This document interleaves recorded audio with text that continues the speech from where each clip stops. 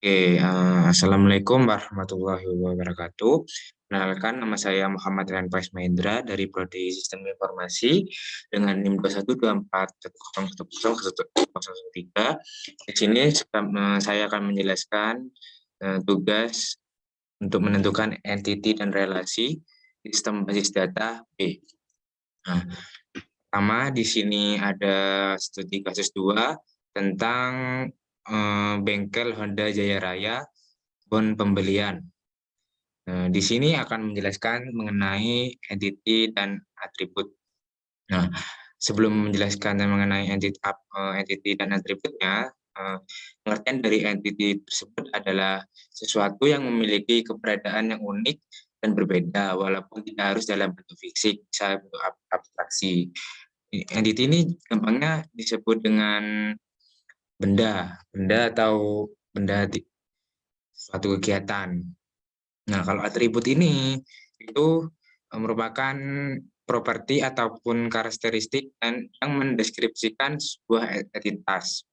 Misalkan entitas dari mahasiswa memiliki beberapa atribut, di dalamnya ada NIM, nama, tanggal lahir, dan jenis kelamin, dan lain juga. Nah, itu disebut dengan atribut. Nah, ini sekarang lanjut ke soal 1, mengidentifikasi identitas dan atribut dari studi kasus 2 ini, bengkel Honda Jaya Raya. Nah, yang pertama di sini ada entity dari pelanggan.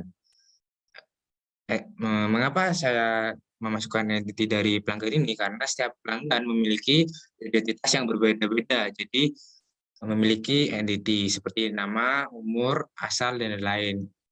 Memiliki atribut atribut di dalam entity tersebut seperti nama, umur, dan asal, dan lain-lain. Kategorinya benda nyata, terus deskripsinya berisi data identitas pelanggan, atributnya itu ID pelanggan, nama pelanggan, nomor KTP pelanggan, alamat pelanggan. Keterangannya, kita tidak susah payah ketika kita mencatat pelanggan dan menambahkan atribut kendaraan karena ada entitas sendiri. Terus kedua, saya memasukkan entity service.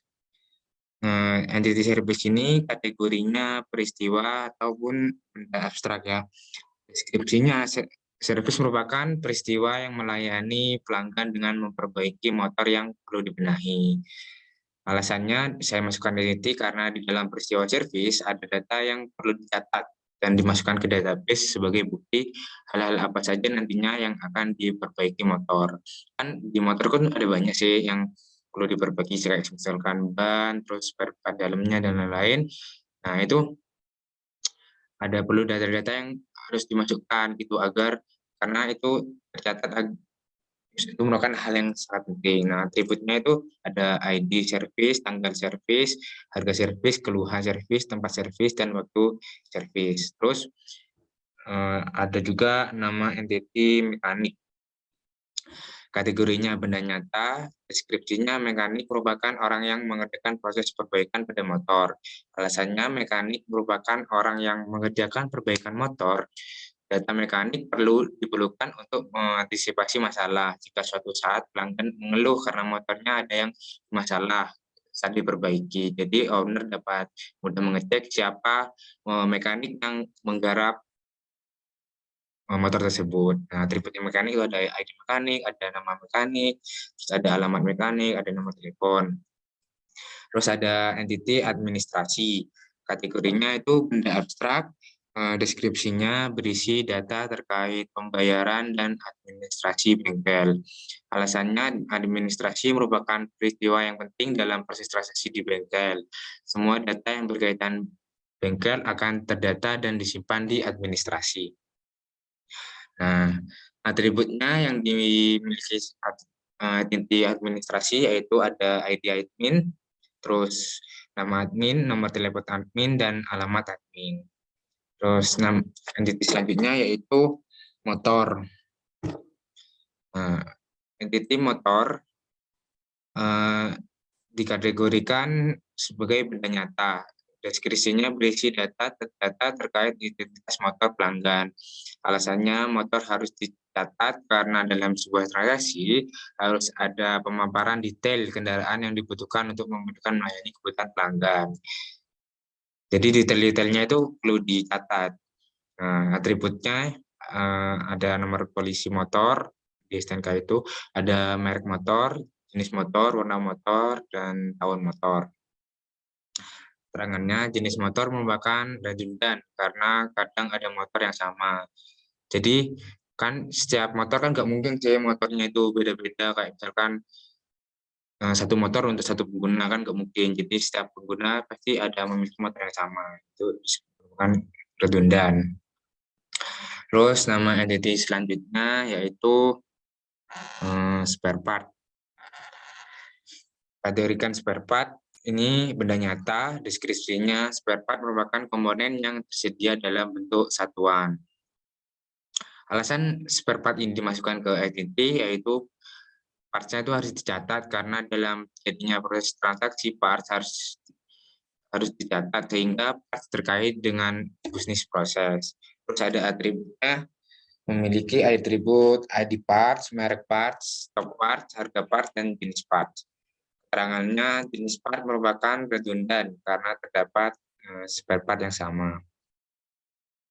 Yang balik tadi, kan setiap part juga memiliki nama atau model yang sama sih.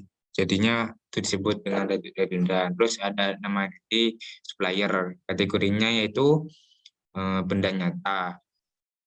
Supplier merupakan tim yang mengumpulkan atau memasok bahan yang diperlukan bengkel. Jadi di bengkel itu kan kayak memerlukan spare part ini. Nah, hal tersebut pasti ada seseorang yang memasok spare part itu. Nah, yang memasok itu namanya supplier. Terus alasannya dimasukkan ke entity karena supplier perlu menjadi entitas karena membuat data tentang identitas spare part yang dimasuk ke bengkel, mengantisipasi jika ada keluhan tentang keaslian. Jadi agar misalkan owner tahu nih atau pelanggan tahu kalau spare part ini nggak asli, terus dicek siapakah yang supplier ini. Nah, kan jadi kita tahu siapa yang membeli spare part tersebut.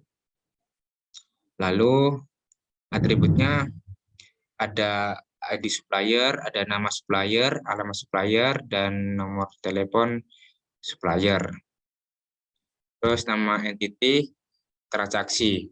Kategorinya peristiwa. Deskripsi menyimpan data mengenai transaksi perbaikan kendaraan.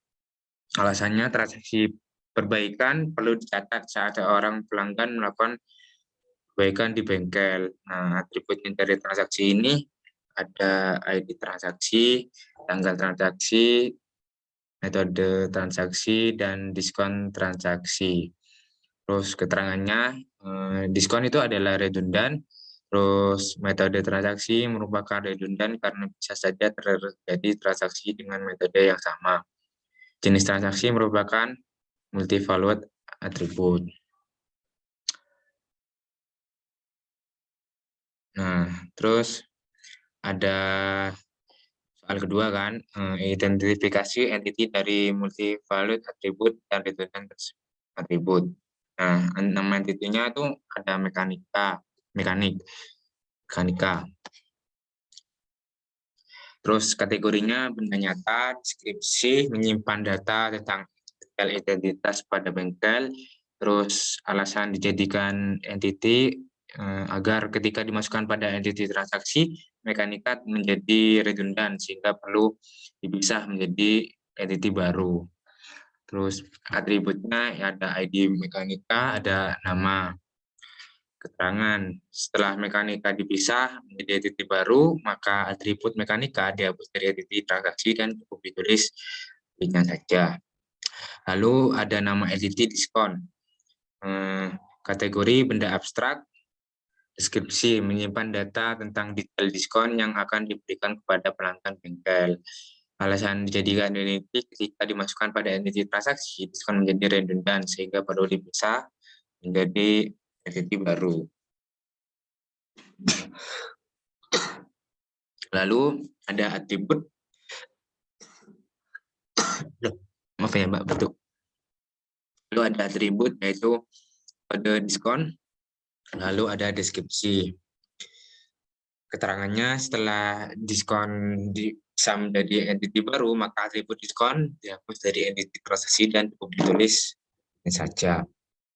Nama atribut jenis motor, artinya motor, alasannya jenis motor merupakan redundan karena bisa saja dalam suatu jenis motor bisa sama.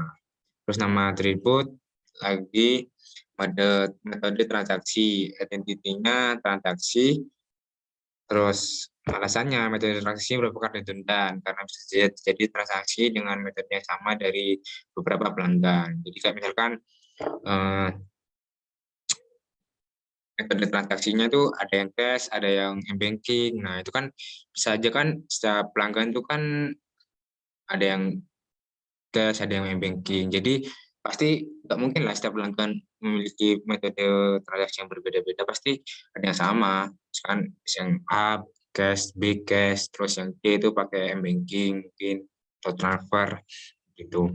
Ada nama atribut jenis part, identity, spare parts, terus alasan jenis barang merupakan redundan karena bisa saja terdapat jenis barang yang sama dalam proses yang berbeda dan jumlahnya lebih dari satu.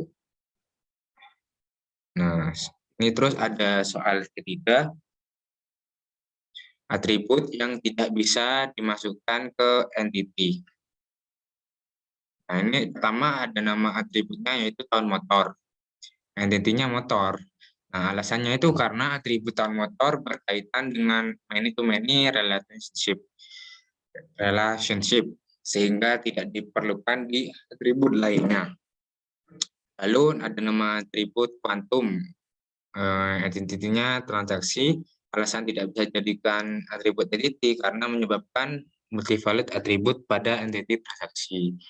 Karena di suatu transaksi bisa membeli banyak barang sekaligus. Jadi nggak mungkin kan user ataupun customer membeli hanya satu barang sih, jadinya menyebabkan multi-valid atribut.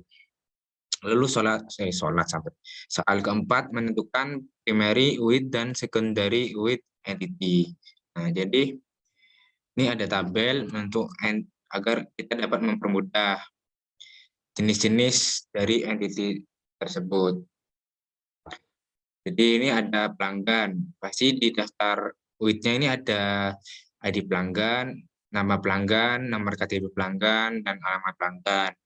Nah, ID pelanggan ini termasuk primary dikarenakan setiap pelanggan memiliki ID yang berbeda-beda dan tidak bisa diubahkan ID pelanggannya. Terus itu merupakan sesuatu yang unik. Terus ini ada artifikal. Nah, terus karena ID pelanggan ini wujudnya bisa diciptakan dari beberapa ID, intinya itu ID pelanggan ini bisa diciptakan, dan primary ini maksudnya kayak unik tuh. Jadi setiap pelanggan itu memiliki ID yang berbeda-beda. Terus ada nama pelanggan itu disebut natural dan secondary. Ya karena nama pelanggan ini setiap pelanggan itu memiliki nama dari sananya sendiri, sih makanya disebut dengan natural gitu. Jadi sudah dari sananya nama pelanggan itu, jadinya hal itu disebut dengan natural. Kalau artificial itu diciptakan dari misalkan dari bengkel-bengkel tersebut, nah ID pelanggannya. Terus kenapa enggak primary? Karena kenapa kok secondary? Dikarenakan nama pelanggan ini bukan memiliki sih, lebih ke di bawahnya ID pelanggan gitu. Dan setiap entity, setiap daftar UID ini harus memiliki minimal satu primary dari beberapa daftar UID ini. Terus lanjut nomor KTP, artifisial, lalu ini secondary, terus alamatnya ini artifisial, lalu secondary juga. Terus ada administrasi, yaitu ID admin. Ada ID, pasti di entity administrasi ada daftar with ID admin, terus nama admin, alamat admin, nomor telepon admin. Terus ID admin ini termasuk artificial dan primary. Karena ya balik lagi tadi, kalau soal ID itu tidak bisa diubah dan setiap berbeda-beda, karena itu makanya disebut dengan unik, yaitu primary. Dan artificial itu karena ya tadi lagi apa namanya, bukan dari sananya tapi dari bengkelnya tersebut. Terus nama admin natural dan secondary, alamat admin artificial dan secondary, nomor telepon admin artificial dan secondary. Terus ada motor, nomor polisi motor disebut dengan artificial dan primary. Terus merek motor artificial dan secondary, jenis motor artificial dan secondary, warna motor artificial dan secondary. Terus service nggak saya jelasin lagi mengenai kenapa kok artificial dan primary, karena tadi mungkin sudah jelas ya apa bedanya artificial dan natural dan apa bedanya primary dan secondary. Langsung saya jawab aja. Tanggal servis natural dan secondary, harga servis artificial dan secondary, keluar servis artificial dan secondary. Tempat servis artificial secondary, waktu servis natural dan secondary. Pokok intinya suatu entity itu harus memiliki satu yang primary. Terus mekanik. Ya, ID mekanik disebut artificial dan primary, nama mekanik natural dan secondary, alamat mekanik artificial secondary, nomor telepon mekanik artificial secondary. Spare part ada ID spare part artificial primary, terus stok spare part artificial secondary dan merek spare part artificial secondary. Terus harga spare part artificial secondary juga. Terus di supplier ini ada with ID supplier, nama supplier, alamat supplier, dan nomor telepon supplier. Nah, ID supplier ini yang disebut artificial dan primary, nama supplier artificial secondary, dan alamat supplier artificial secondary. Nomor telepon supplier artificial secondary. Terus di step 5 ini ada identifikasi relationship antar entity. Maksudnya dari identifikasi relationship antar entity ini, di setiap entity ini memiliki suatu hubungan tertentu. Misalkan antara transaksi dengan administrasi, terus supplier dengan pelanggan mungkin, supplier dengan motor itu memiliki hubungan. Jadi di sini ada tabelnya agar kita mempermudah menentukan hubungan-hubungan antar entity. Yang pertama, transaksi dengan memiliki hubungan dengan administrasi, yaitu pasti sebuah transaksi pasti akan dicatat. Maaf, ini dicatat ya. Atau misalkan administrasi mencatat transaksi juga bisa. Terus transaksi pelanggan bakal melakukan transaksi. Nah, terus nggak mungkin juga transaksi melakukan relationship dengan supplier, dengan spare part, karena itu tidak ada hubungannya gitu kan. Terus lanjut aja supplier memiliki relationship dengan spare part. Jadi spare part ini si tukang spare part memberi pasok supplier ke membeli ke supplier, ataupun supplier memberi pasok ke tukang spare part. Terus supplier juga terdata di administrasi. Nah, supplier ini nggak memiliki relationship dengan transaksi dengan mekanik, servis, motor, dan pelanggan, nggak memiliki hubungan. Terus ada spare part. Nah, ini spare part memiliki hubungan dengan mekanik karena spare part ini dibutuhkan oleh mekanik. Terus dibutuhkan juga saat servis dan juga memiliki hubungan dengan administrasi. Jadi pasti setiap spare part yang dipasang saat user servis menservis sepedanya pasti dicatat oleh administrasi. Data itu spare part apa aja, misalkan ada ban, ada rem, ada kopling, dan lain. Terus ada mekanik. Identiti mekanik memiliki hubungan dengan spare part, pastinya dong, karena membutuhkan spare part. Karena kalau nggak mekanik, nggak ada spare part-nya, ya apa yang mau dikerjakan kan?